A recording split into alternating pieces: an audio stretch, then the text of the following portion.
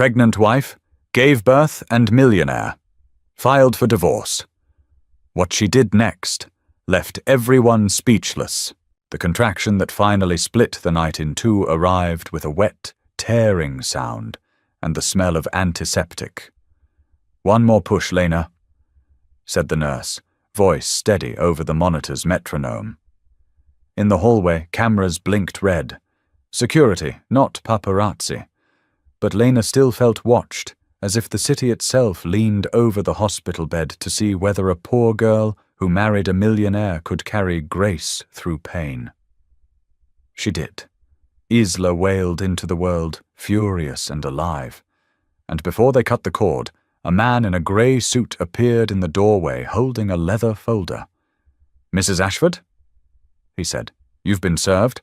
The man with the folder waited just inside the threshold, as if good manners were a life raft that would keep him from drowning in shame. Lena couldn't reach for anything even if she'd wanted to. Her arms shook from the labor, and the world was soft-edged, blurred by exhaustion and the narcotic warmth of immediate love. She had time to register her daughter's mouth. Tiny bow, furious, before the nurse, Maya, stepped between the man and the bed. "Not now," Maya said. "Absolutely not." "It's urgent," the man said, "per Mr. Ashford's counsel." The room chilled. Graham, her husband, the man who had kissed the inside of her wrist when the first contraction hit, who'd whispered, "It's us, Elle. It's our whole life starting now." But he wasn't in the room. He had left just before the pushing began, his phone a lit rectangle against his jaw, one finger lifted. "Wait," Maya looked at Lena. "Do you want me to call security?" Lena swallowed. The epidural had worn thin by the end. She felt everything. She nodded. "No," then shook her head. "Yes," then finally managed to say, "Let me see." The man came closer, staying clear of the bassinet where Isla had quieted into a skeptical mule. He showed her the first page. Petition for dissolution of marriage. "On what grounds?" Lena heard herself ask. The voice was scraped, unfamiliar. The man didn't meet her eyes. Irreconcilable differences. It would take 24 hours for the rumor to travel through Seattle's wealthy enclaves and into the debating halls of the internet. The Ashford's baby wasn't his. That an NDA-bound lab had already tested amniotic fluid and found inconsistencies.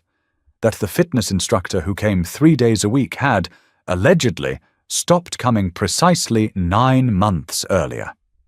The story was a quick thing that moved faster than the truth. It rented rooms in other people's mouths. Lena looked at her daughter. She looked at the nurse who had stayed when the obstetrician rotated out, who had tucked a washcloth beneath Lena's shoulder with the kind of gentleness that made it impossible to speak. "Leave the papers," she said. "Then leave." He did. The nurse closed the door. For a long minute there was only Idla's small breath and the soft ticking of the infusion pump. Maya said very quietly, "I'm sorry." Lena blinked. "I'm not," and it shocked her to realize it was true. She wasn't sorry. Not yet. She was other things. Hollowed out, raw, floating at the edge of a cliff. But beneath the new white pain was something granite hard. If Graham believed that a child with her mother's eyes and his father's mouth was a stranger, the loss was not hers. "Do you want me to call anyone?" Maya asked. "My friend," Lena said. "Priya." She paused. "And Ana Velasquez. She's a lawyer." Maya nodded. "I'll make the calls. For now, let's get Isla to your chest." Skin to skin. Warmth and weight. Lena felt her own heart and the quick bud thud of the baby's, and realized that so many promises were going to be broken in the next 24 hours. She pressed her lips to Isla's temple. "Hi, love," she whispered. "It's us, no matter what." For 2 years before the hospital, Lena had lived in a glass house in Medina, a short bridge from Seattle, but a world away. The Ashford place had a dock and a boathouse and a garden that obeyed. In the early mornings, the fog lifted off Lake Washington like steam from a teacup, and Lena would wrap herself in a sweater and carry her tea through rooms that echoed until her footsteps felt like someone else's. She had met Graham in a downtown coffee shop where she'd been freelancing remotely for a boutique design firm. He had asked her opinion on a pitch deck slide while waiting for his macchiato. "The typography is all bravado," she'd said, "but the numbers are shy." He'd laughed. He'd listened. Graham Ashford, at 29, had been the kind of man cities bend around, founder of a payment startup called Helix, a unicorn in year 3, the son of a former senator whose face appeared on invitations to museum galas and hospital wing openings. He wore the non-uniform uniform, black denim, white shirt. This isn't a suit jacket. He had a way of speaking softly that convinced people to lean in. He was also someone's son, Victoria's. She liked Lena on sight, liked her quiet, her thrift store sweater, the way she could talk about interface design like a poem. "You're a surprise," Victoria said at their second dinner. It wasn't exactly a compliment. They were married on an autumn Sunday at a winery in Woodinville, the vines cheered into color by a late summer that didn't want to end. The prenup was a folder on the table between them for exactly 9 minutes, open and then closed. "It's standard," Graham said. Helix's board had notes. The trust had a lawyer with a face like an ammonite fossil. "It's protection." He squeezed her hand. Lena had not needed protection from money. She had needed protection from loneliness. She signed. They tried for a baby. Then the trying became medicine. After a year, the math of it, the injections, the cantilevered hope, tilted the ground. On a night when she couldn't sleep, Lena sat on the dock and watched the lake until it stopped pretending to be a mirror. Graham joined her and rested his chin on her shoulder. "This is us," he said. "The rest is noise." When she finally became pregnant, he bought an old cedar rocking chair from a shop in Ballard that smelled like rope and pepper. He told her he'd fixed the loose slat himself, hammer and nail, as if he could join their future together by force of will. The first small fracture arrived very quietly. In her 8th month, Lena found a text message on her phone that she'd never sent. "Can't stop thinking about last night." It was to a number she didn't recognize. She assumed it was spam until Graham came home early and asked, in a voice that tried to be careful and wasn't, if there was anything she wanted to tell him. She laughed, then saw that he wasn't laughing. "What number?" she asked. He showed her. Her hands began to shake. Someone had been inside her phone. The home cameras showed a tech from a vendor Riley, Helix's COO and Graham's oldest friend, had recommended coming in to fix the firewall. "It's nothing," she said. "It's obviously nothing." He looked at her like she had become an equation he didn't know how to solve. "I want to believe you." "You don't?" He didn't answer. From there, suspicion crept into the house like weather. The prenatal appointments had a new script. Graham asked about timelines. Once he asked whether feeling the baby kick could be psychosomatic. When her water broke on a rainy Tuesday in September, he found the bag, grabbed the keys, drove her to Swedish First Hill, held her hand between contractions, kissed her palm, then took a call in the hallway that turned each minute into 3. The baby was early. She struggled to breathe. They put her in the NICU for observation. Lena stared at the clear plastic box that held Isla and thought, so this is love. A thread that burns your hands and you hold on anyway. And then the leather folder in the doorway. And then the space beside her bed where her husband wasn't. Priya arrived with a bag of food, so fragrant even the nurses paused. She'd brought dal and rice and mango pickle in jam jars. She was 5 feet tall and all spine, an engineer at a biotech company across the lake, and the first friend Lena had made when she moved to Seattle for graduate school. "You're going to eat if I have to spoon it in," Priya said, setting containers on the tray. Then she saw the papers, and all the air went out of her. "Oh, Lena, I feel awake," Lena said, surprised to discover it. Like the part of me that was asleep finally decided to help. Priya nodded once. "Good. Keep her close." She meant the baby, who lifted a hand, then set it down again as if deciding, yes, this world would do. Ana Velasquez called an hour later and arrived before midnight.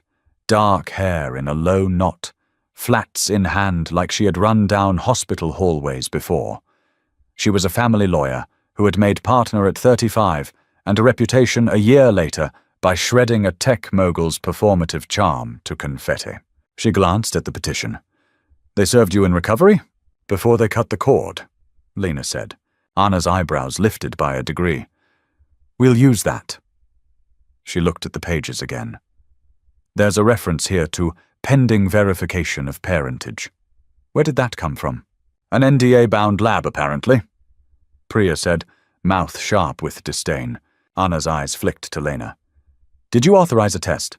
"No." "Then they have nothing admissible, and even if you had, chain of custody is everything." She turned to Priya.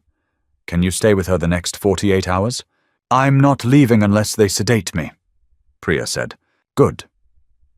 Anna lowered her voice. "Lena, I'll file a response, an emergency motion for temporary support and access. They'll argue the prenup limits you. It does not limit Isla. The court cares about the child. Also," she hesitated, "I know you may not want to hear this, but a court-ordered paternity test might clear the air." Lena felt a flash of anger. How could the air be cleared when it had never been dirty? Then recognized Anna's pragmatism as a kind of mercy. "Fine," she said. "Chain of custody like Fort Knox." When Anna left, the room quieted. Nurse Maya came in with fresh water and a smile that held. "NICU says she's doing well. Do you want to try to sleep?" "I'm afraid if I close my eyes, I'll wake up and it'll be real," Lena said. Maya stood at the foot of the bed, weighing something invisible. "Earlier this evening," she said, a man in a Helix-branded jacket asked at the nurse's station how the paternity tests at this hospital are handled. Lena's skin prickled. "What did you tell him?" "That we don't do paternity testing in the labor ward." Maya shrugged. "He wasn't a relative. He was curious." "Did he give his name?" "No, but he had a badge clipped to his pocket. R. Baines." "Riley." A numbness moved through Lena like anesthesia washing back in. She watched the monitor reflect her heart. Quick, then calmer. "Thank you," she said, "for telling me." Maya's mouth softened. "We have rules. Some are written, some are mine." She patted the bed. "She's yours. That's the first rule." At 3 a.m., Lena fell asleep and dreamed that the dock in Medina became a road that went somewhere she couldn't yet see.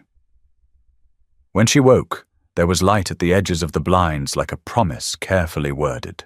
Graham did not come to the hospital the next day.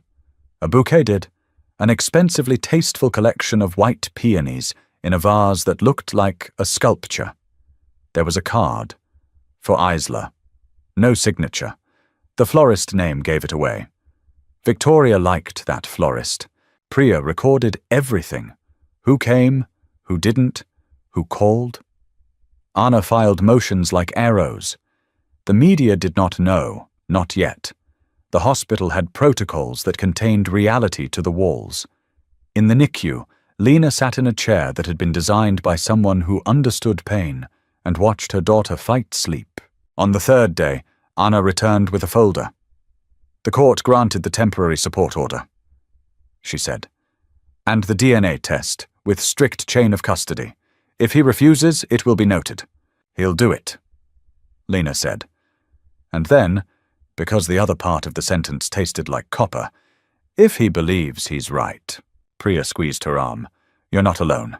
A social worker from the hospital came by with a soft, practiced voice and pamphlets on postpartum support. Lena took them like talismans.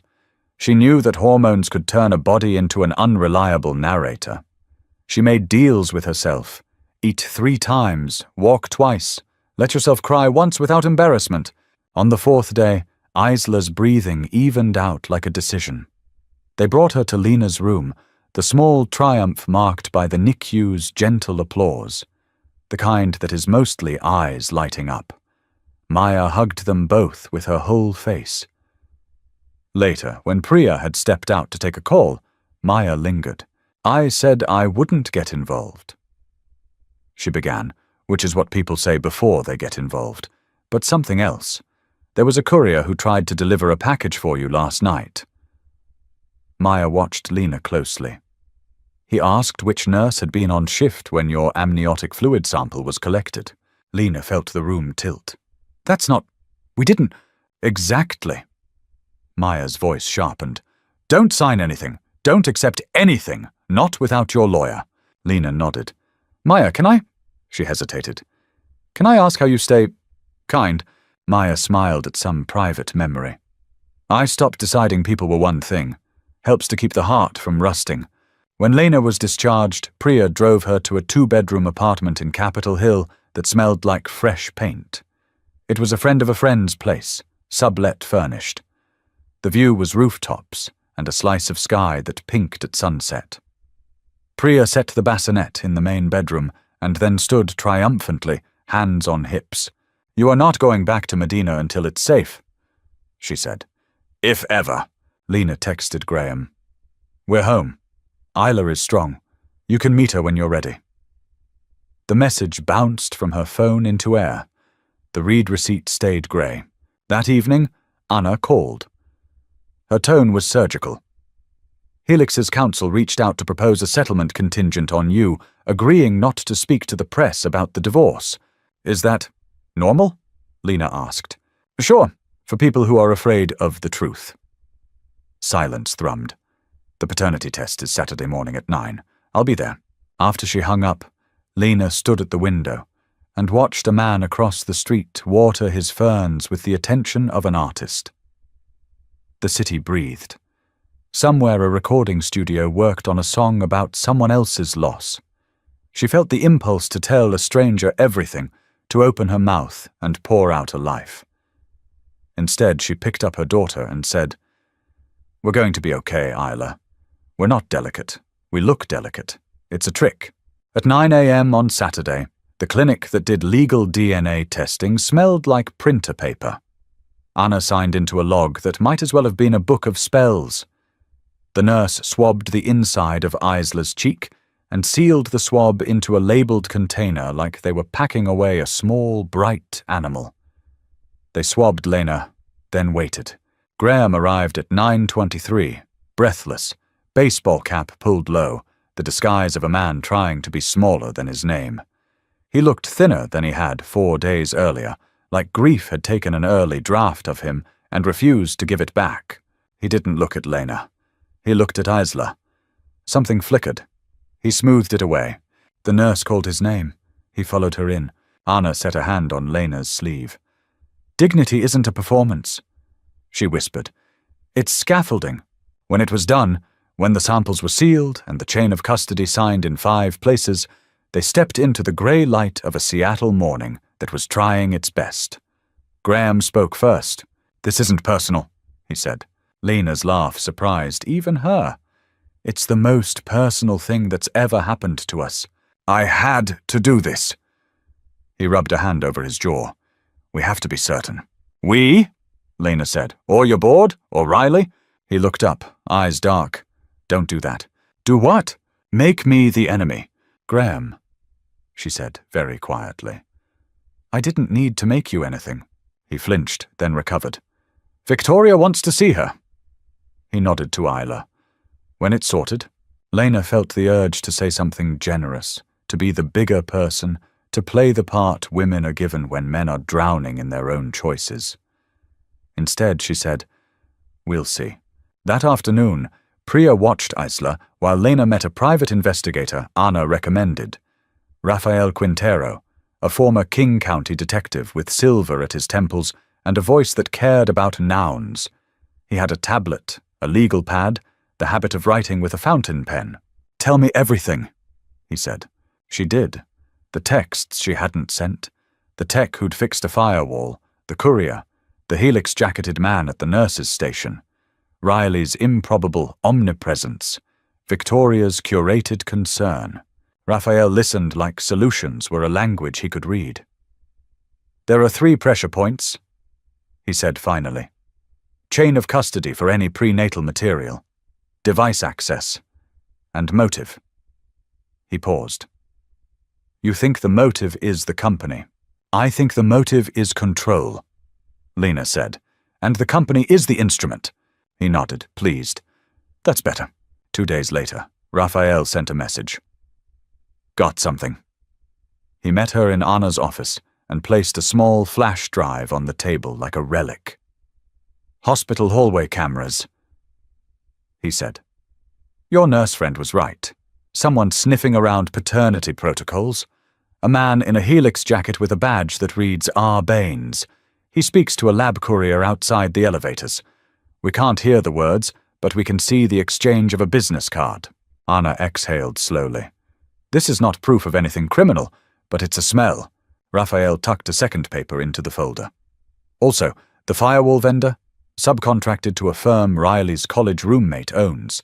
There's a record of your phone being cloned for 37 minutes, just enough to send messages. Lena's stomach tightened. Why? Raphael shrugged. He wanted enough smoke to request a prenatal test. If the lab could be influenced or if chain of custody could be muddied, well, Anna finished the thought. Then a wealthy man with a lot to lose could convince himself of what he was already afraid of. Lena stared at the table. Can we prove it? Maybe, Raphael said. And maybe we don't need to. Sometimes you win by telling the story the right way to the right people at the right time. What story? Lena asked. Raphael smiled, brief and precise. The true one. Helix's headquarters occupied a converted warehouse near Pioneer Square. The boardroom had floor-to-ceiling windows and a table that looked like a ship.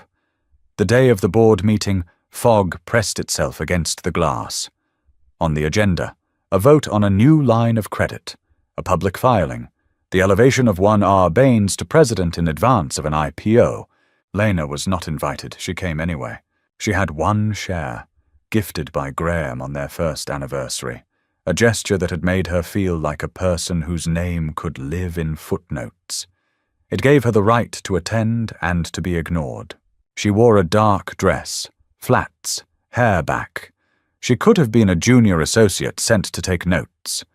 Except she was carrying a folder, and in the folder was the chain of custody log from the clinic, and Raphael's compilation of tapes and subcontractor invoices, and a statement from Nurse Meyer, typed carefully in her own words. A man in a Helix jacket asked how paternity tests were handled. I said, we don't do that here. He asked about amniotic fluid. I said he should talk to the lab. I recorded the time. The receptionist blinked when Lena introduced herself. I'm here for the board meeting. Are you... A shareholder, Lena said gently. Here's my proxy. They let her in. The room smelled like lemon oil and too much money. Graham looked up, startled. He hid it. Riley didn't bother to hide his displeasure. It settled on his face like a mask. Victoria, sitting near the end of the table, crossed her legs with the same grace she'd used to host governors. Her eyes softened by a fraction when she saw Lena. It might have been an apology, or a memory.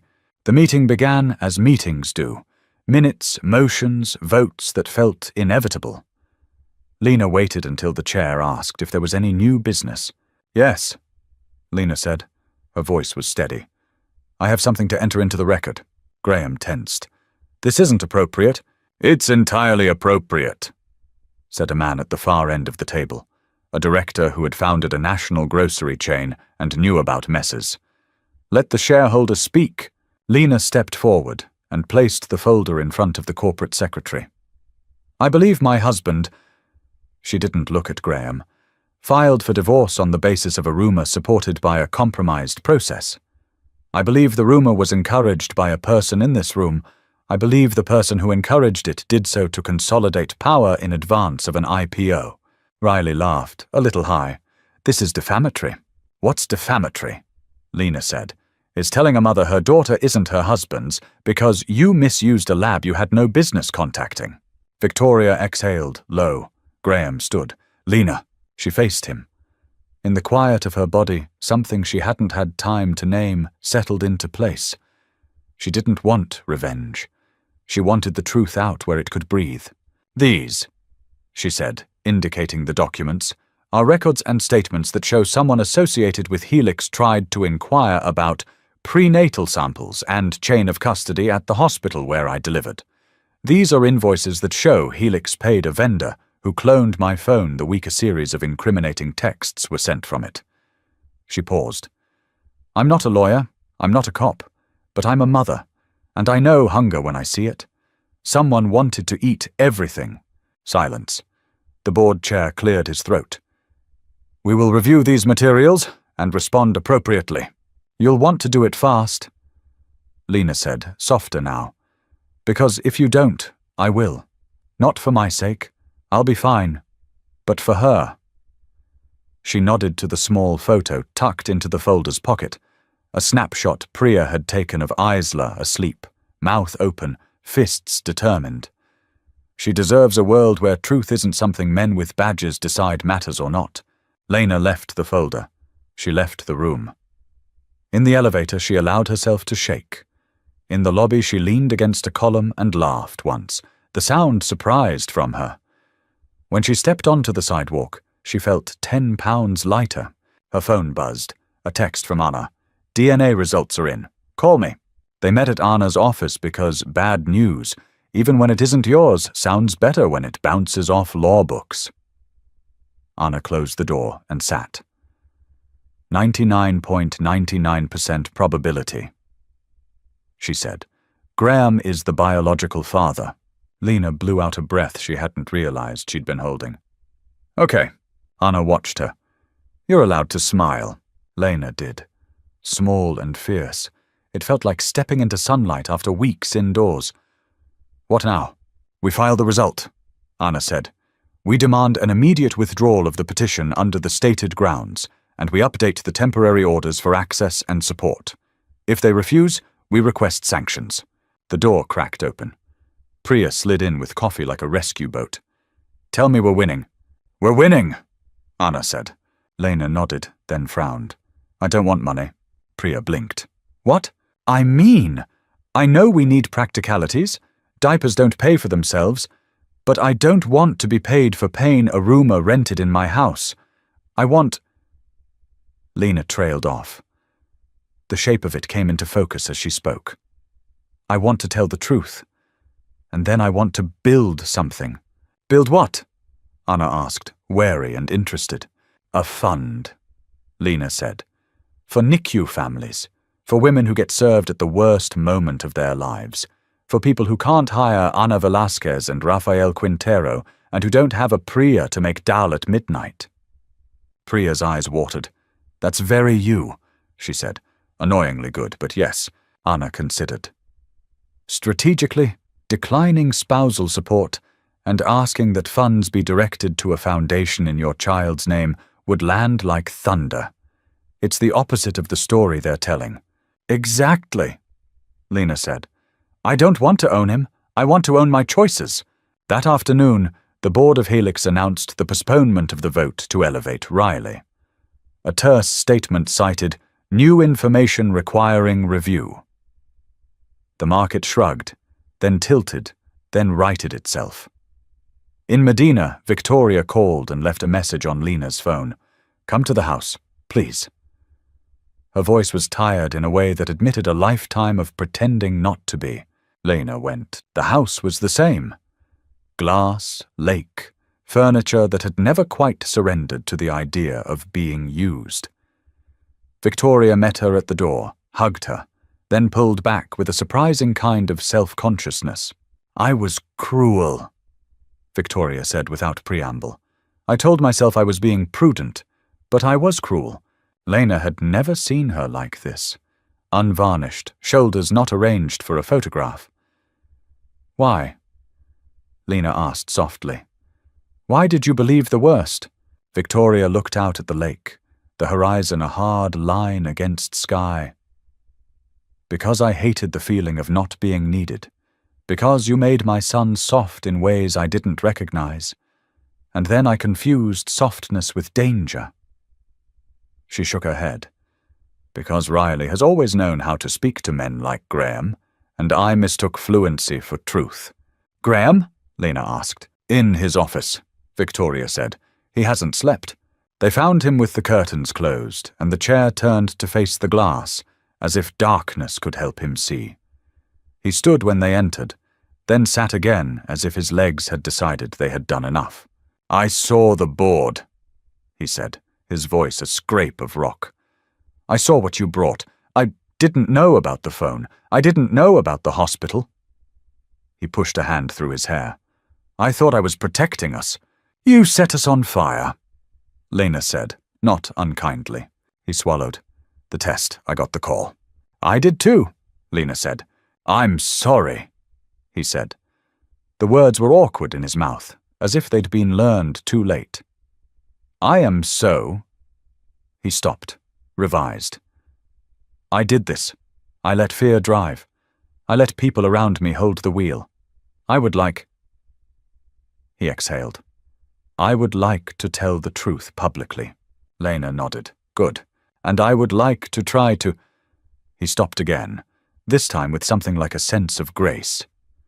No, I would like to co-parent Isla in a way that makes her proud of both of us. That starts with telling the truth. Lena stood there, watching a man who had always known how to sell a future practice stating a present. It looked like honesty. It looked like a first draft of a different life for both of them. Okay, she said. Here's what you're going to do. The press conference was held in a small room at a downtown hotel whose ballrooms had hosted victories and admission of losses for a century. The podium was plain. The backdrop was a drape that didn't try too hard. Cameras lined the back like city birds. People expected fury. People expected fire. Lena walked out in a blue dress the color of good sky. She didn't bring Itzla. The baby slept somewhere safe with Priya and a playlist Maya had made. But she carried a photograph.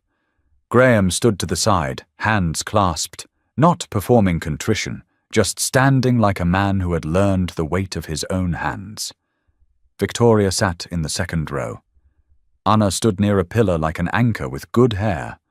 Raphael leaned against the back wall, invisible to everyone who didn't know what to look for. Lena adjusted the microphone. The room hushed. My name is Lena Morales Ashford, she said. 4 days ago I had a baby. Her name is Isla. She is small and very loud.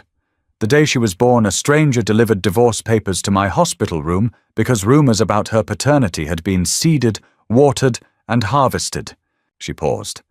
She did not look at Graham. Today I want to tell you 3 things. First, my daughter is my husband's child. It is 99.99% certain and 100% true. Second, the rumor was not an accident. There is evidence that people with access to my home and to my devices tampered with them and attempted to influence hospital protocols. The appropriate reviews are underway. Third, I am not here to crucify anyone. I am here to show you what a woman can do when she refuses to let fear have the steering wheel. A murmur, a cough. The cameras were very still. I am not seeking alimony, she said. I am not seeking to punish anyone. I am asking that the amount I would have received be diverted to a foundation that starts today, the Isla Fund. It will pay for rides to hospitals and hotel rooms near NICUs and legal advice for people who need a voice in rooms built to make them feel small. It will be transparent. It will be boring in the way all good things are. And it will be the story we tell our daughter about the day she was born. There it was. The thing that left the room stunned. Not a spectacle. Not vengeance. A decision. Graham stepped to the podium when she finished. He didn't clear his throat. He didn't apologize like an influencer. He said, I believed a false story because it let me escape my own fear. I served my wife papers in a hospital room. I asked a judge to put my suspicions above our daughter's first breath. I was wrong. Lena asked me to tell the truth, so I am telling it. The paternity test is positive. We are withdrawing the petition as filed and recommitting to co-parenting with respect. I will match the Isla Fund's first $10 million from my personal assets. A journalist asked whether Helix was involved. Graham glanced at the board's counsel and said, An internal review is ongoing. Another asked Lena whether she forgave him. Lena considered the question like it was a bird she could not name. Forgiveness is not a tweet, she said. It's a practice. Today I am practicing the part where I choose what to build instead of what to burn. They left the stage to a flutter that wasn't quite applause and wasn't quite shock. In the hallway, Victoria reached for Lena's hand. I will put my name on it too, she said, voice hoarse. The fund. Let me help make it boring. Lena squeezed back. Okay, she said, but no peonies. They're cursed. Victoria laughed, and to her credit, didn't cry. That evening, donations began to land like rain. Small, then larger, then steady. Nurses sent $20. A retired judge sent $500. An anonymous deposit of $2 million came with a note. For the women served in the wrong rooms. When Priya texted the screenshot, Lena sat on the apartment floor and wept the steady, grateful kind. She had expected to feel triumphant. Instead, she felt repaired. Not fully. Nothing was that easy. But there was a seam where there hadn't been one, and it held. Riley resigned before he could be fired. The press release cited an opportunity to pursue other ventures. The board's internal review became an external investigation. The vendor who had cloned Lena's phone shuttered its website in a hurry. A lab employee lawyered up. The city, which has always loved the smell of scandal when it drifts from the rich, turned its head for a moment and then, as cities do, moved on. Graham started therapy and didn't tweet about it. He began showing up to Priya's apartment every morning at 9 with coffee and a respect that took the shape of silence. He changed diapers. He learned Isla's patterns. He apologized without asking for absolution. He asked to attend the Foundation's first board meeting and sat quietly, taking notes like an intern. When a reporter asked him if he was trying to win his wife back, he said, "No, I am trying to be the kind of father who doesn't make his daughter do that work for him." Victoria invited Maya to lunch and listened to her talk about hospital corridors and accumulated unkindness and the relief of being allowed to decide people weren't one thing. Then she wrote a check with zeros that made the fund's treasurer blink and asked for a volunteer orientation packet. Raphael returned to his small office, closed the file, and because he was a romantic in an unromantic line of work, sent a baby blanket knit by his sister. Anna called the Foundation's accountant twice a week for the first month, and exactly once a week thereafter. The bylaws were short, sensible, and unapologetically dull. Lena moved through days that were all milk and paperwork, and the kind of exhaustion that feels like a watermark. She learned to swaddle and to draft policy. She learned to say, "No comment," and to mean it. She learned to name the thing she was feeling. Not rage, not victory, agency. The divorce? They rewrote it. They didn't pretend the wound wasn't there. They cleaned it properly. After the mandatory waiting period, they filed a new petition together, this time uncontested, styled as a petition for legal separation with parenting plan rather than an immediate dissolution. It gave them room. On a soft October morning, they met at the park near the apartment. The leaves had finally committed to turning. Graham held Isla, who stared at a dog like she had invented the concept. "Do you ever—" Graham began, then restarted. "What will you tell her about us?" "The truth," Lena said. "That we loved each other, and then we hurt each other, and then we tried to make something good out of it. That I didn't abandon myself. That you didn't either. That there were people who helped. That she was worth all of it." She smiled. "That she had a nurse named Maya who made playlists like recipes." He laughed. "And a friend named Priya who threatened anyone who tried to talk to you before coffee.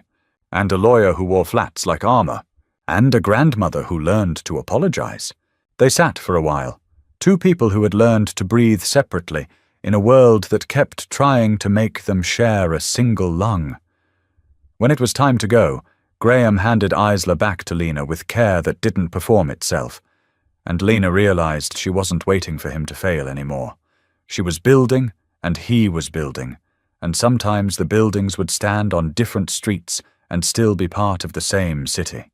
That night, Lena stood at the apartment window and watched Capitol Hill do what it always does. Flirt with rain. Keep the secrets it was never really given.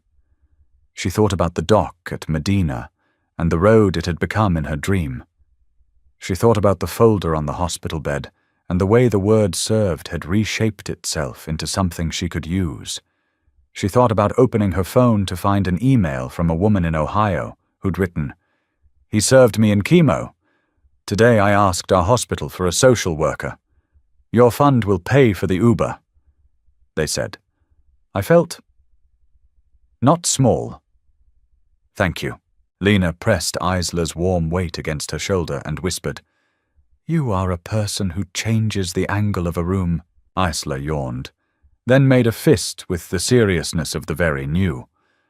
Lena laughed softly, and in the laugh, found the sound of herself again. On the mantel, next to the picture of Isla asleep with her mouth open, lay a small piece of paper from the press conference where they'd set out a sign-up clipboard. On it, in Raphael's careful hand, someone had written, "What she did next was boring, which is how you know it was brave." Lena liked that. She liked that very much. And in the deep hours, when the city's neon was a heartbeat at the edge of the blinds and the apartment was a boat on a quiet lake, Lena slept without dreaming of doors opening she couldn't close. If Lena and Isla's story of betrayal, power, and quiet courage stirred something in you, help it travel. Like, share and subscribe so more people find their way to stories that honor complexity and hope. Drop a comment about the moment you felt the shift, from anger to agency, from rumor to truth.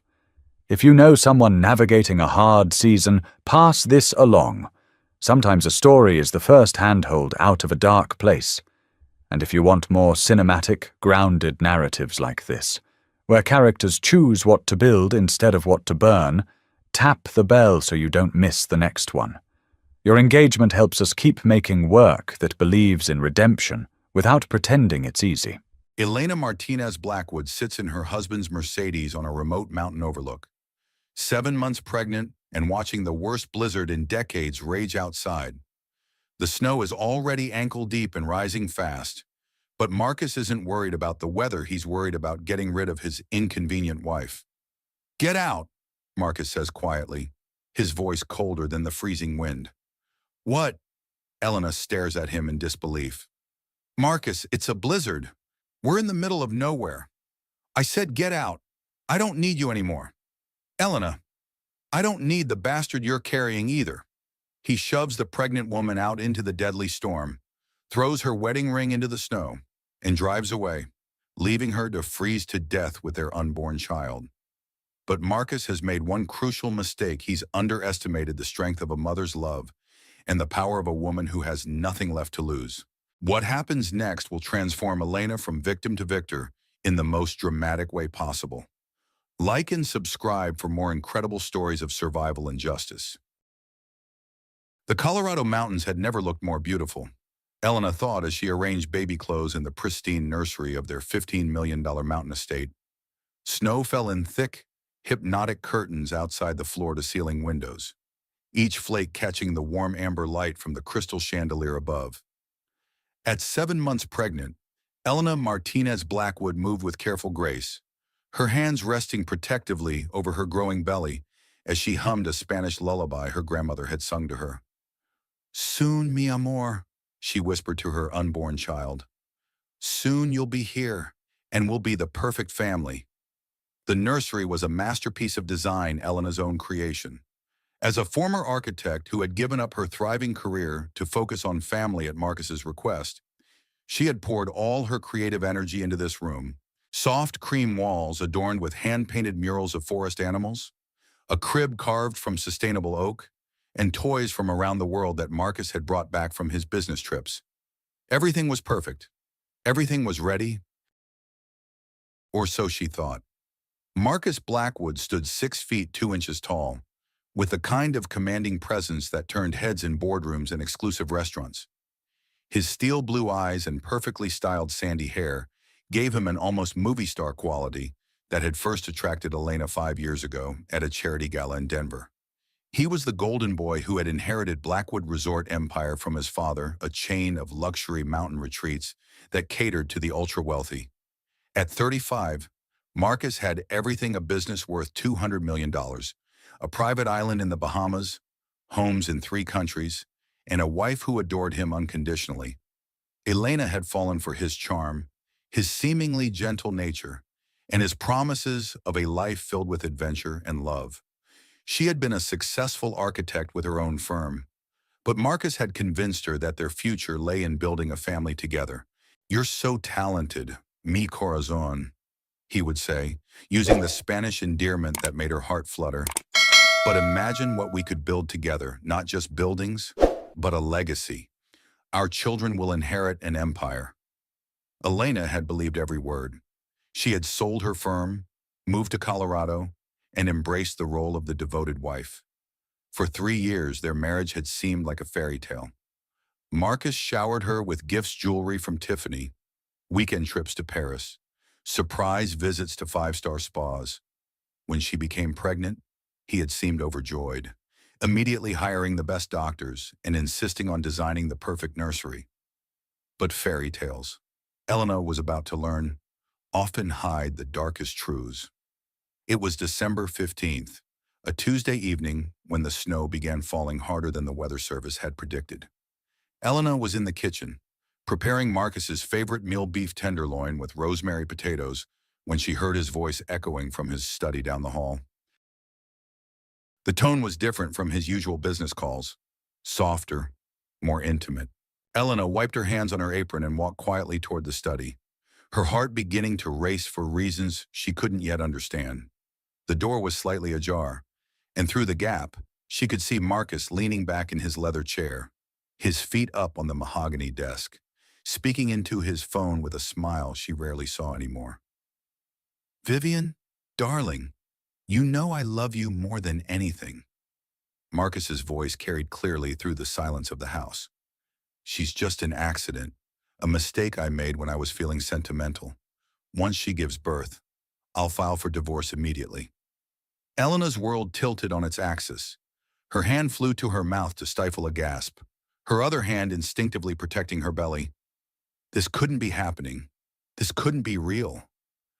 "I've already had the lawyers prepare the papers to transfer the Bahamas property to you," Marcus continued, his voice filled with an affection Elena hadn't heard in months. "Paradise Keys will be ours, baby. She'll get nothing, I've made sure of that." The prenup was ironclad. The woman on the other end of the line, Vivian, said something that made Marcus laugh. It was a sound that used to make Elena's heart sing, but now it felt like glass shards in her chest. "Don't worry about the baby," Marcus said, his tone turning cold. "I have plans for that situation. Elena won't be a problem much longer." Elena stumbled backward, her pregnant body suddenly feeling impossibly heavy. 7 months of carrying his child, 3 years of loving him completely, and this was how little she meant to him. Her hand trembled as she pulled out her phone and hit the record button, her architect's mind still functioning despite her emotional devastation. Evidence. She needed evidence. "The insurance policy I took out on her was for $10 million, Marcus continued, unaware that his life was about to change forever. "Enough to set us up for life on the island. The perfect accident in this weather would be so easy to arrange." Elena's blood turned to ice. He wasn't just planning to leave her, he was planning to kill her. She recorded for 3 more minutes, capturing Marcus discussing the details of his plan with Vivian Sterling, his 26-year-old marketing director, a woman Elena had welcomed into their home for dinner parties and business meetings, a woman who had smiled at Elena's pregnant belly and asked about baby names while secretly planning to take everything Elena held dear. When Marcus ended the call, Elena quietly retreated to the kitchen, her mind reeling. She needed time to think, to plan, to figure out how to protect herself and her child. But Marcus appeared in the kitchen doorway moments later, and the cold look in his eyes told her that time had run out. "Elena," he said, his voice carrying a strange tone she'd never heard before. We need to go to the hospital. Now. What? When Elena's hand went to her belly. The baby's fine. I feel fine. You're having complications, Marcus said firmly, grabbing his keys from the counter. Doctor, Harrison called. We need to go immediately. Elena knew her doctor would never call Marcus directly about her condition, but the threat in Marcus's voice made her comply. Outside, the snowstorm had intensified into a blizzard. The wind howled through the pine trees, and visibility was nearly zero. As they drove down the winding mountain road in Marcus's black Mercedes, Elena gripped the door handle and tried to stay calm. Marcus, slow down, she pleaded as the car skidded slightly on a curve. The roads are terrible. Instead of slowing down, Marcus pulled over at a scenic overlook 30 miles from the nearest town. The car's headlights illuminated nothing but swirling snow and the black void of the forest beyond. Get out, Marcus said quietly. What? Elena stared at him in disbelief. Marcus, it's a blizzard. We're in the middle of nowhere. I said get out. His voice was ice cold now, all pretense of concern gone. I don't need you anymore, Elena. I don't need the bastard you're carrying either. Elena's world shattered completely. You can't be serious. Marcus, I'm your wife. This is your child. My child, Marcus laughed bitterly. Do you know how many women I could have children with? How many women would kill to be in your position, but they're not naive enough to think love lasts forever? Elena began to sob, her hands protectively cradling her belly. Please, Marcus, I'll give you a divorce. I'll sign whatever you want. Just don't leave me here. Oh, you'll sign something all right, Marcus said, reaching into the glove compartment and pulling out a document. Sign this, and I might consider letting you live. Elena's architect training had taught her to read contracts carefully.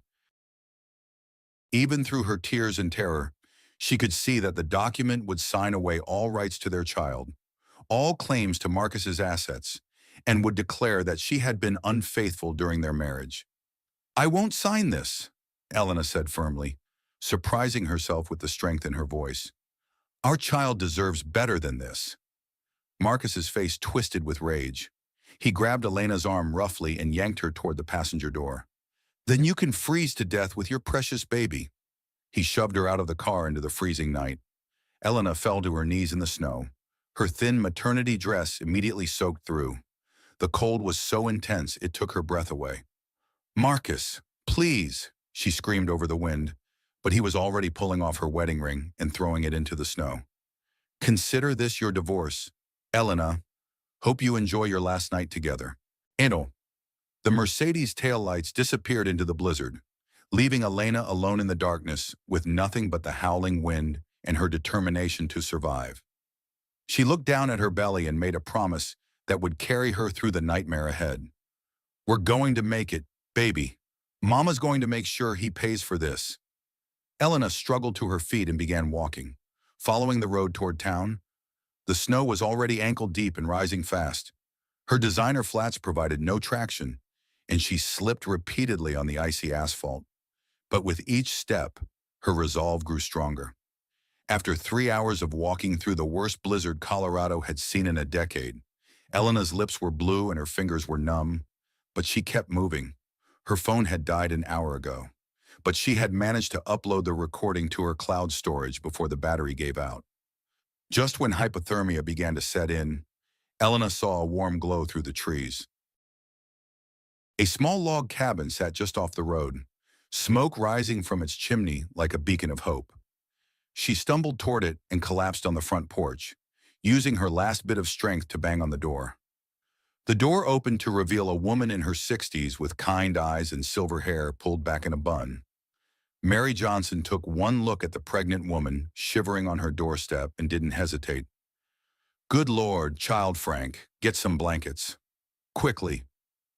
As Frank and Mary Johnson pulled Elena inside their warm cabin and wrapped her in quilts, Elena managed to whisper through chattering teeth, My husband. He left me to die, but I recorded everything. Mary held Elena close, her maternal instincts immediately activated. "You're safe now, sweetheart. You're safe."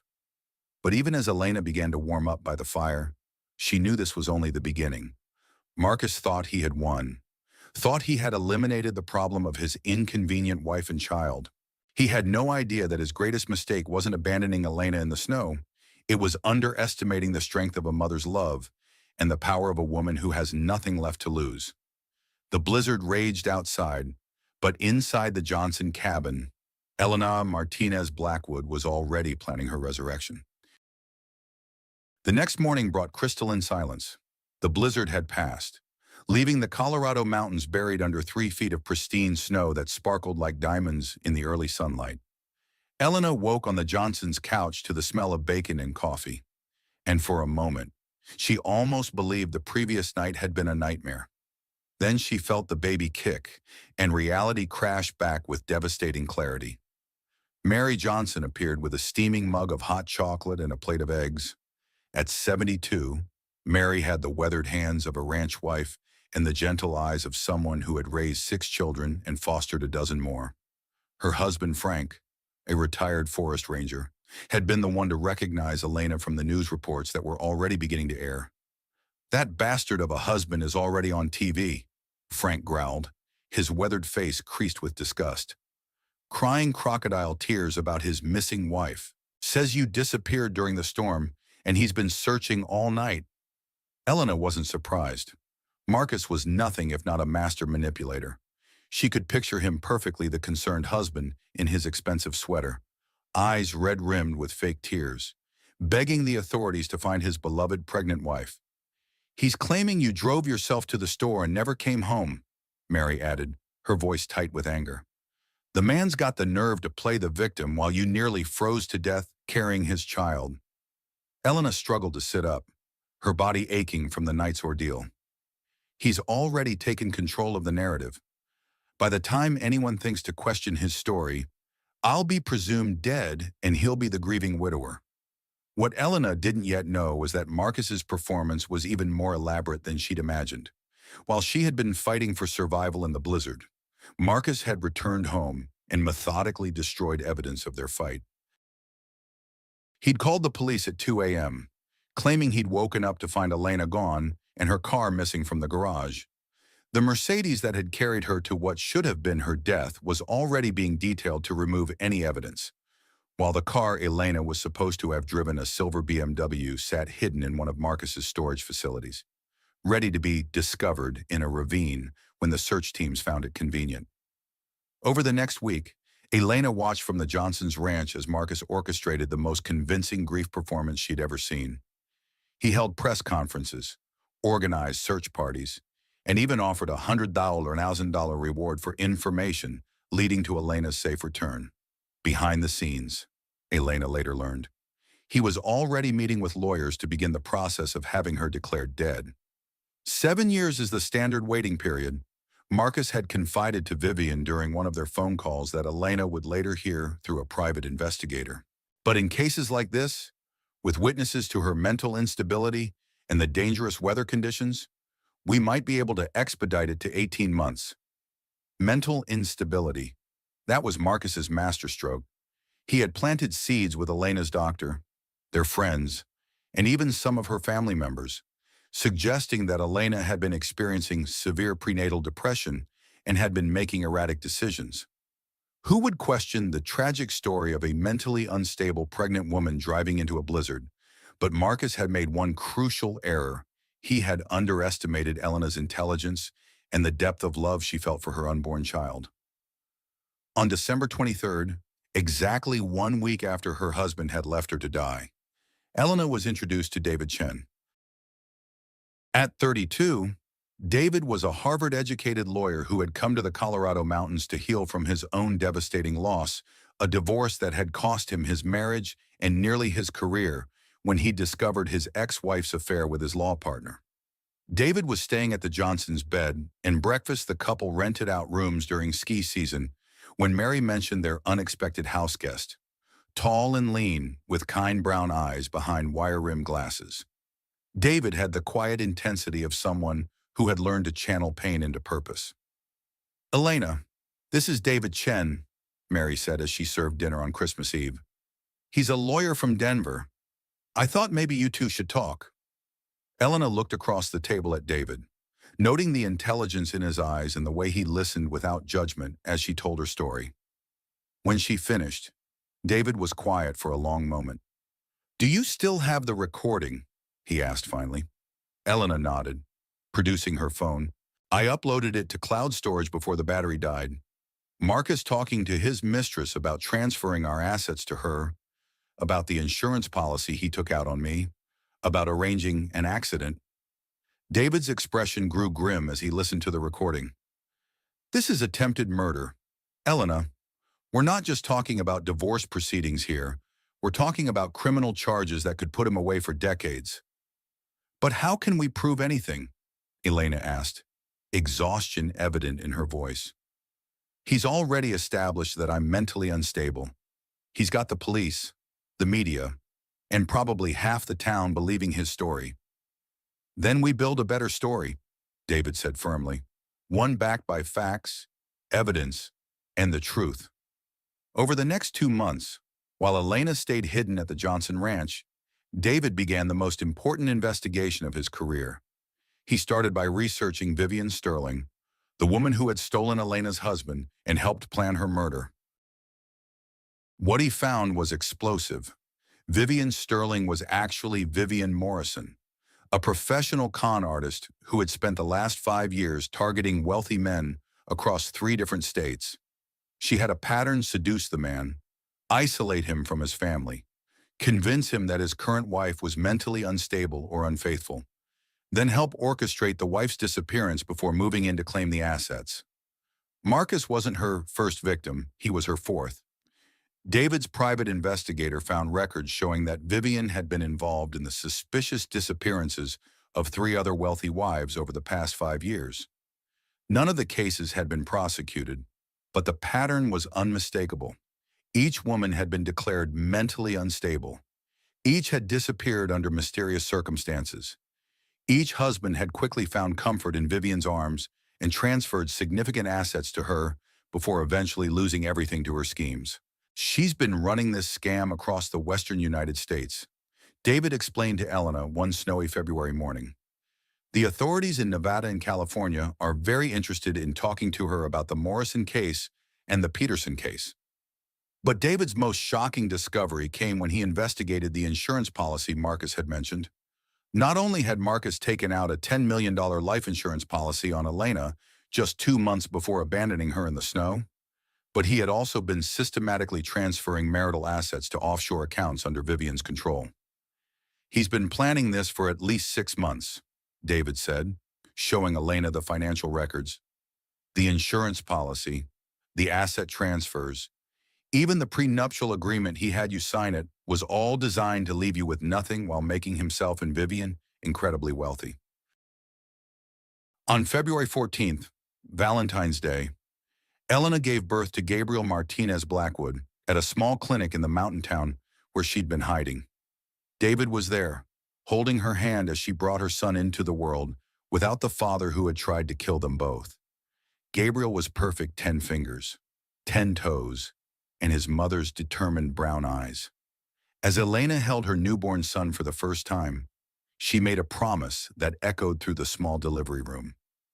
"Your father thinks we're dead, mijo, but we're very much alive, and we're going to make sure he pays for what he tried to do to us." David had become more than Elena's lawyer. During those months, he had become her closest friend and confidant. His own pain had made him fiercely protective of Elena and baby Gabriel, and he worked tirelessly to build their case. The breakthrough came in March when David's investigator intercepted communications between Marcus and Vivian. They were planning to hold their engagement party at the Blackwood estate, the same house where Elena had discovered Marcus's betrayal. "They're getting married in April," David told Elena as she nursed Gabriel in the Johnsons' living room. "At a luxury resort in the Bahamas, on your island." Elena looked down at her son, then back at David with steel in her eyes. "Paradise Keys was my wedding gift from Marcus. He promised me we'd retire there someday, that our children would learn to swim in those crystal clear waters. And they will, David said firmly, because when we're done with Marcus and Vivian, that island is going to belong to you and Gabriel. Elena stood up, Gabriel sleeping peacefully in her arms, and walked to the window overlooking the snow-covered mountains. 4 months ago, she had been a naive woman who believed in fairy tale marriages and happy endings. The woman looking back at her in the reflection was someone entirely different, a mother, a survivor, and a force to be reckoned with. "When do we go to court?" Elena asked. "As soon as you're ready," David replied. "But Elena, when we do this, there's no going back. Once we reveal that you're alive, once we present this evidence, Marcus and Vivian's world is going to explode. Are you prepared for that?" Elena kissed the top of Gabriel's head and thought about the night Marcus had left them to die in the snow. She thought about the months of lies, the systematic theft of their assets, and the cold calculation it had taken to plan her murder. "I've been preparing for this since the night I crawled out of that blizzard," Elena said. "Marcus wanted me gone. He's about to get his wish, but not in the way he imagined.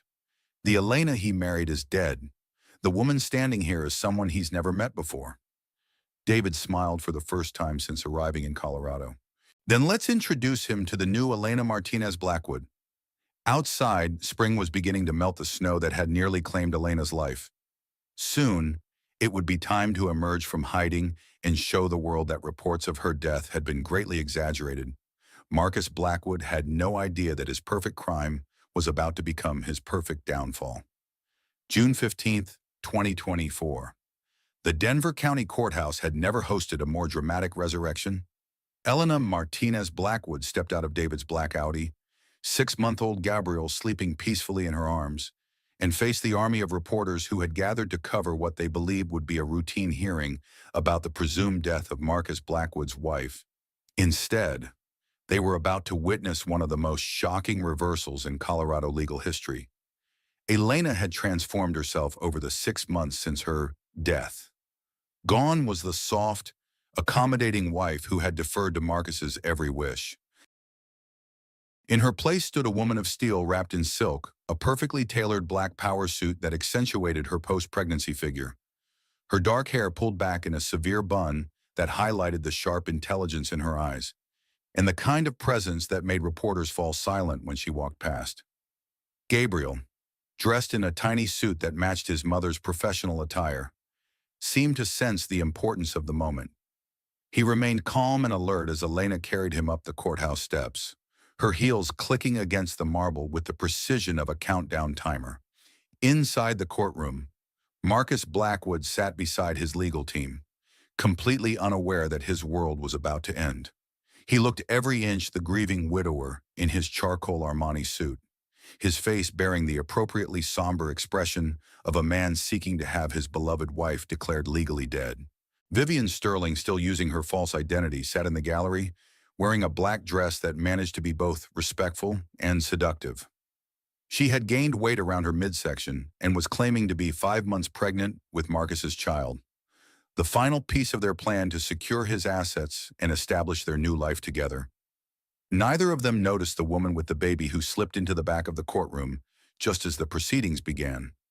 "Your Honor," Marcus's lead attorney was saying, "Mr. Blackwood has endured 6 months of anguish since the disappearance of his beloved wife, Elena.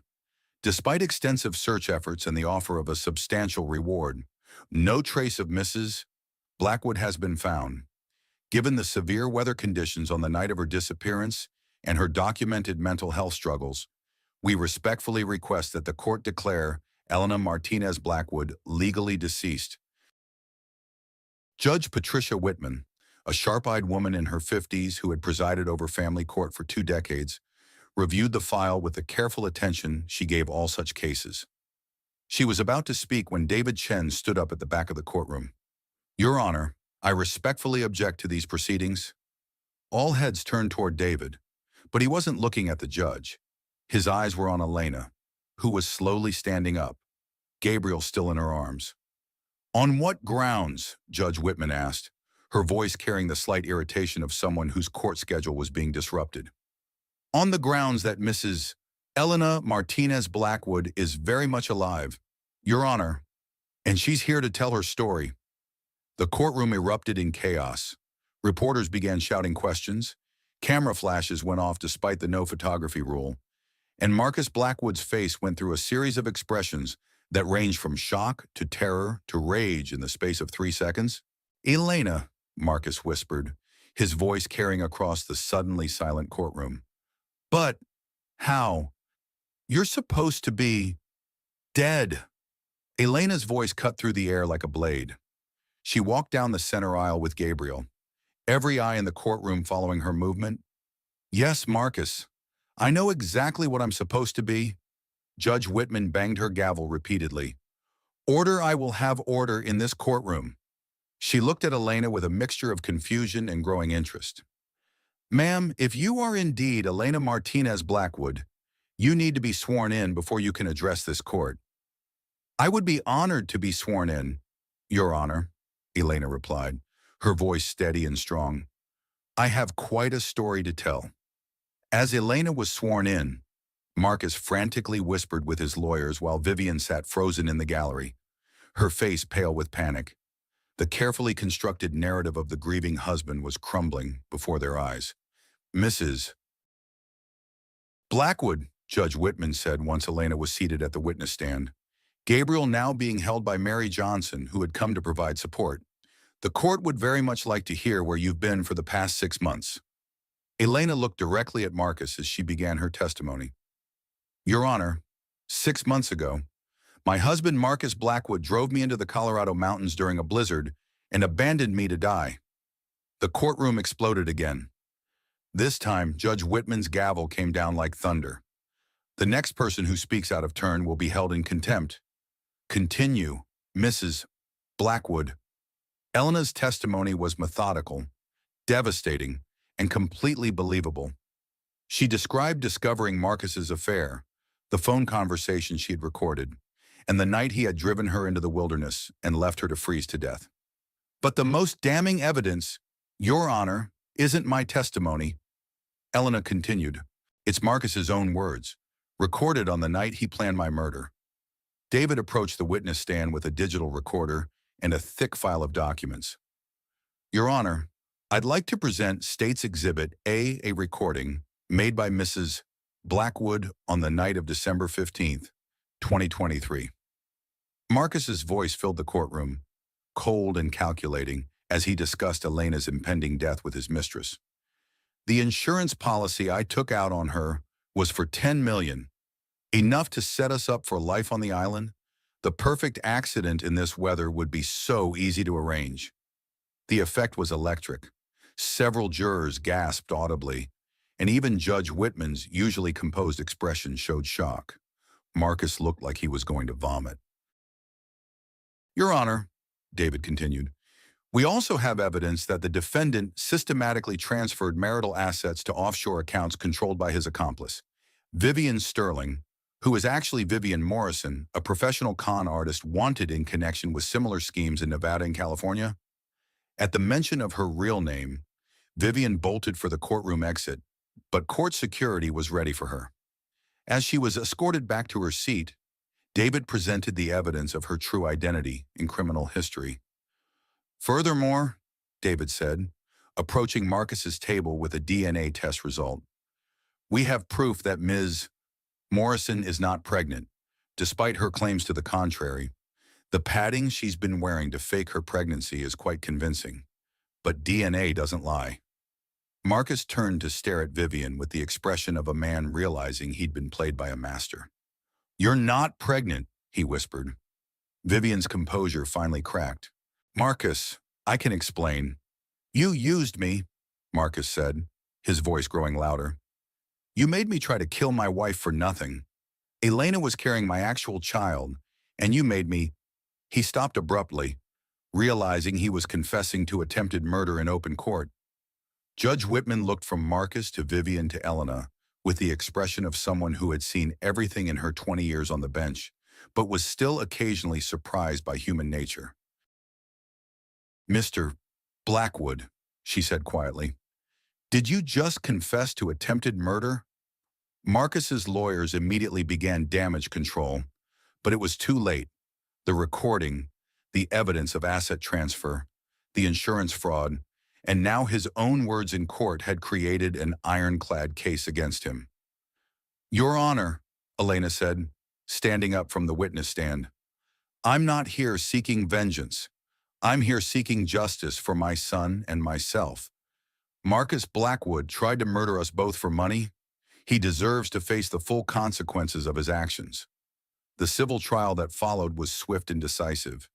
Elena not only regained all marital assets, but was awarded 75% of Marcus's business empire, including the crown jewel Paradise Keys, the private island in the Bahamas worth $50 million. The criminal trial was equally devastating.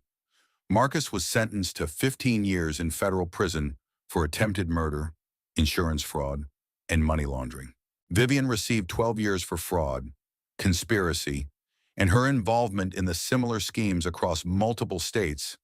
As Marcus was led away in handcuffs, he turned back toward Elena one final time. "Elena, please, I'm sorry. I was manipulated, confused. I never stopped loving you." Elena stood holding Gabriel, surrounded by the Johnson family and David, and looked at the man who had once been her entire world. "Marcus," she said quietly, "love doesn't abandon someone in a blizzard. Love doesn't plot murder for money. You never loved me. You loved the idea of owning me. But some things can't be owned, and some people can't be broken." As the courtroom cleared, Elena felt a strange sense of peace settle over her. The frightened woman who had stumbled through the snow 6 months ago was gone forever. In her place stood someone stronger, wiser, and ready to build a new life from the ashes of the old. Judge Whitman approached Elena as she prepared to leave. "Mrs. Blackwood, in 20 years on this bench, I've never seen anything quite like this case. You showed remarkable courage." Elena smiled, the first genuinely happy expression anyone had seen from her in months. "Your Honor, when someone tries to destroy you, you have two choices: let them succeed, or prove that you're indestructible. I chose to be indestructible." Outside the courthouse, reporters clamored for statements, but Elena had only one thing to say: "My son and I are going home to Paradise Keys. We have a new life to build." The woman who walked away from the Denver County Courthouse that day was not the same woman who had been abandoned in the snow. She was Phoenix, risen from the ashes, and her future was as bright as the Caribbean sun that would soon warm her face on the island that was now truly hers. 2 years later, Paradise Keys hummed with the gentle activity of renewal and rebirth. Elena stood on the wraparound deck of her renovated villa, watching 18-month-old Gabriel chase hermit crabs across the pristine white sand, while David built sandcastles that their son delighted in demolishing with his chubby hands. The transformation of both the island and Elena's life had been nothing short of miraculous. When Elena first arrived at Paradise Keys 18 months ago, the island bore the scars of Marcus's neglect and Vivian's gaudy plans for renovation. The original villa, once a showcase of understated tropical elegance, had been partially gutted to make way for Vivian's vision of nouveau riche excess gold fixtures, marble columns, and entertainment spaces designed for showing off rather than living. Elena had methodically undone every trace of Vivian's influence and rebuilt the island according to her own vision, using her architectural training and an unlimited budget courtesy of her divorce settlement. She had created something that was part luxury resort, part family sanctuary, and part healing center for women who had survived their own versions of betrayal and abuse. The Phoenix Resort, as Elena had named it, officially catered to high-end eco-tourists and families seeking a private Caribbean escape, but its deeper mission was providing a safe haven for women rebuilding their lives after domestic abuse or traumatic divorces. Elena had personally funded a foundation that brought women to the island for month-long retreats focused on healing, education, and empowerment. "Mama, look!" Gabriel called out in his mixture of English and Spanish, holding up a perfect pink conch shell. At almost 2 years old, he was a confident, joyful child who had never known anything but love and security. "Es muy bonito, mi amor." Elena called back, her heart swelling with the simple joy of watching her son explore the world without fear. David looked up from his sandcastle, his hair tousled by the sea breeze, and his Harvard MBA temporarily forgotten as he played with the child who had become his own in every way that mattered. After Elena's divorce was finalized, their relationship had slowly evolved from professional to personal to profound. They had married quietly on the beach at sunset 6 months ago, with Gabriel as their ring bearer and the Johnson family as their witnesses. "Your son is trying to convince the hermit crabs to live in my sandcastle," David said with mock seriousness. "I think he's going to be a real estate developer, like his stepfather." Elena laughed, a sound that had become more frequent and genuine as the months passed. David had sold his Denver law practice and moved to the island permanently, where he now managed the legal and business aspects of Elena's growing empire, while also serving as general counsel for her foundation. The success of Paradise Keys had exceeded even Elena's ambitious projections. The resort was booked solid for the next 2 years, with a waiting list of wealthy families willing to pay premium rates for the exclusive experience Elena had created. But more importantly, her foundation had helped over 60 women restart their lives, with job training, education funding, and emotional support that many had never received before. Elena walked into her office, a sun-drenched space that overlooked the infinity pool and the endless blue horizon beyond. The walls were lined with thank you letters from women who had found their strength on Paradise Keys, photos of foundation graduates who had gone on to start businesses or finish degrees, and architectural drawings for Elena's next project, a similar resort and healing center in Costa Rica. On her desk was the morning's mail, including a letter that made her pause. The return address was the Colorado State Penitentiary. Elena hesitated for a moment, then opened the envelope. Marcus's handwriting was still the same elegant script she remembered, but the words carried a tone she had never heard from him before.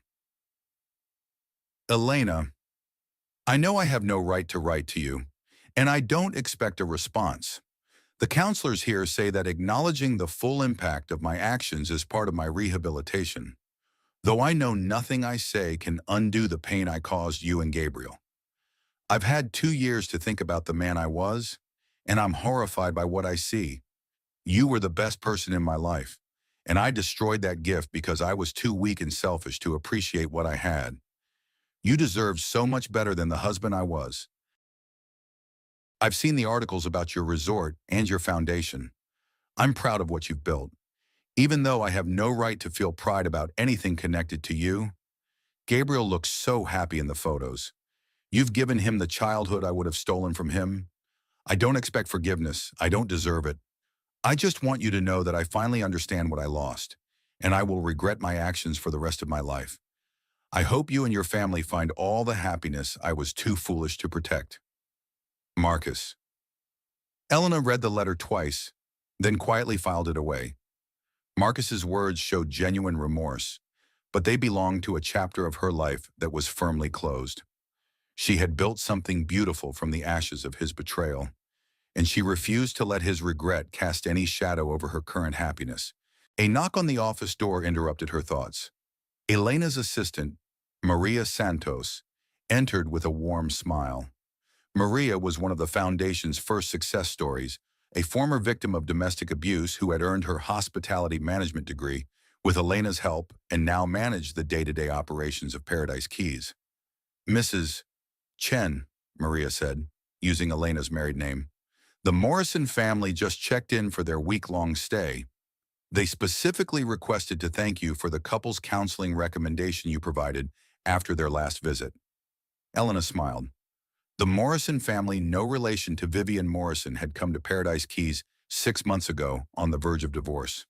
Elena's foundation provided not just support for abuse victims, but also marriage counseling and family therapy for couples willing to do the hard work of rebuilding their relationships. "How's the preparation for next week's foundation group?" Elena asked. 12 women arriving from across the United States, Maria reported. 2 domestic violence survivors, 3 widows rebuilding after loss, 4 women recovering from financial fraud by their partners, and 3 who are starting over after their children left home, and they realize they don't know who they are anymore. Elena nodded thoughtfully.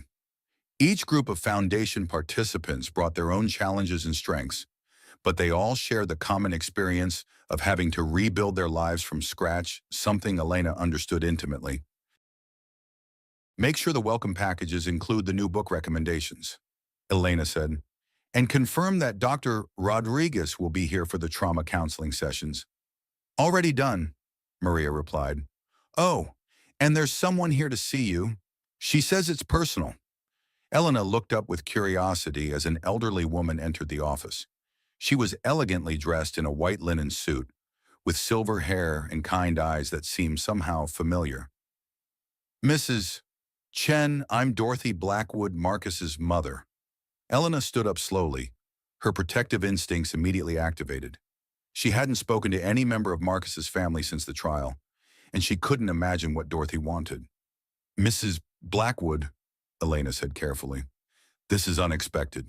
Dorothy looked around the office, taking in the photos of Gabriel, the foundation certificates on the walls, and the view of the paradise Elena had created from the wreckage of her marriage to Dorothy's son. I came to apologize, Dorothy said simply, and to see the life you've built. Elena gestured to a chair, her curiosity overcoming her caution. I'm listening. Dorothy sat down, her hands folded in her lap. I failed you, Elena. When Marcus was growing up, I knew he had a selfish streak, but I thought love would change him. I thought marrying a good woman like you would make him better. Mrs. Blackwood, please let me finish, Dorothy interrupted gently.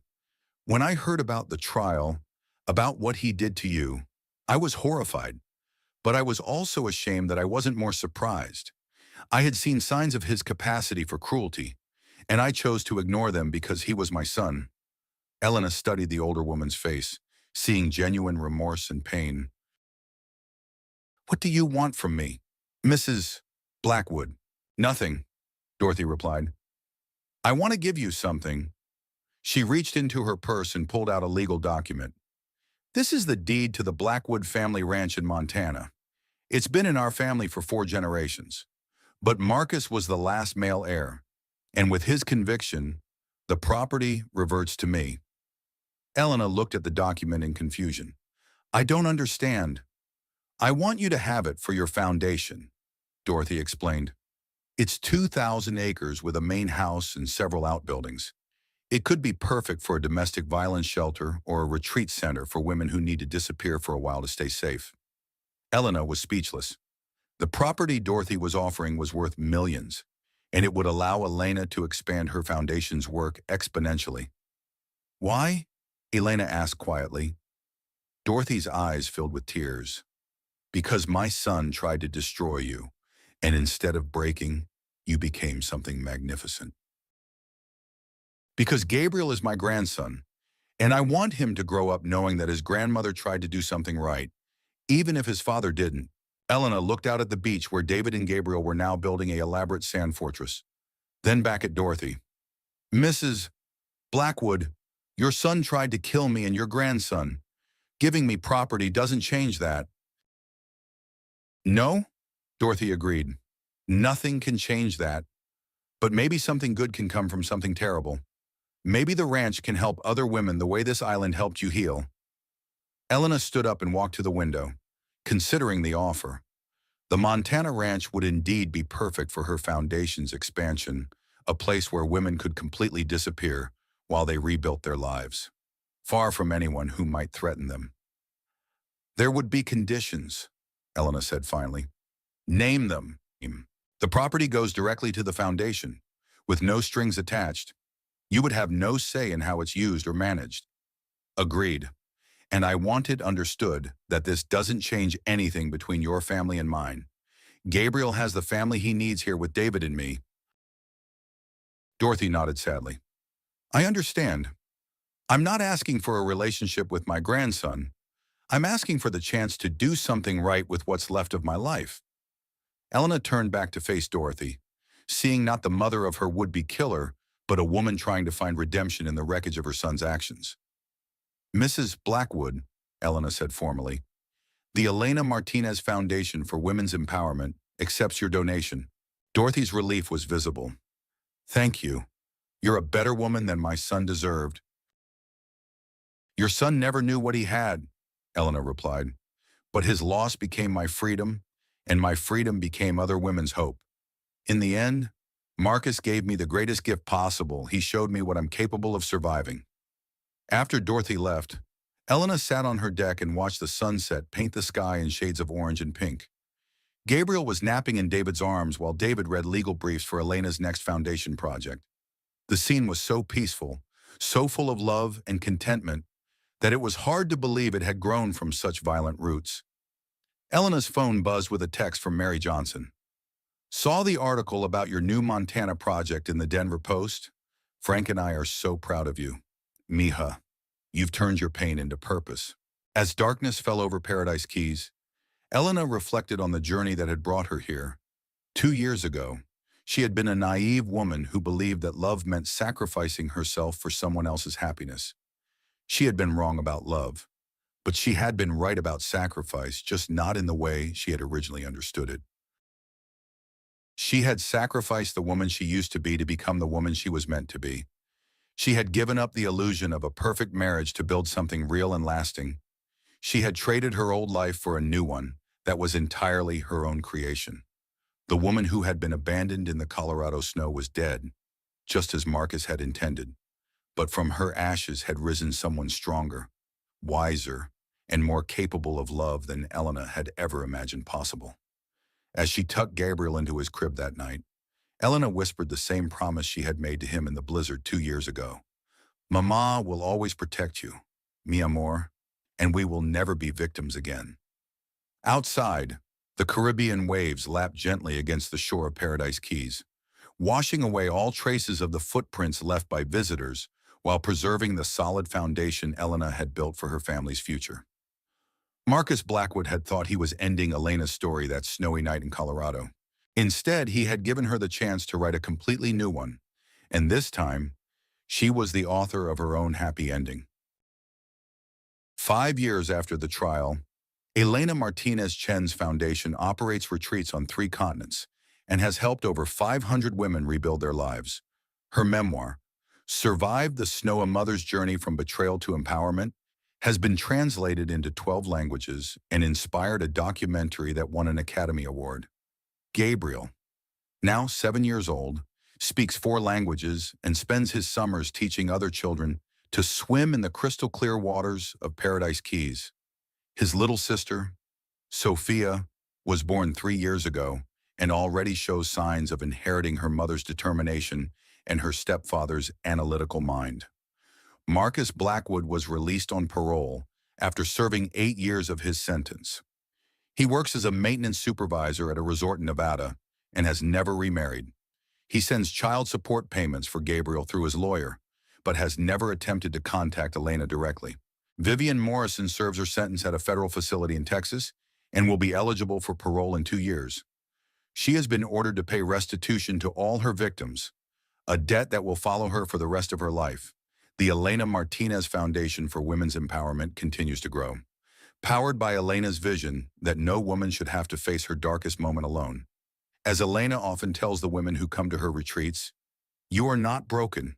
You are not damaged. You are not defined by what was done to you. You are a phoenix, and phoenixes always rise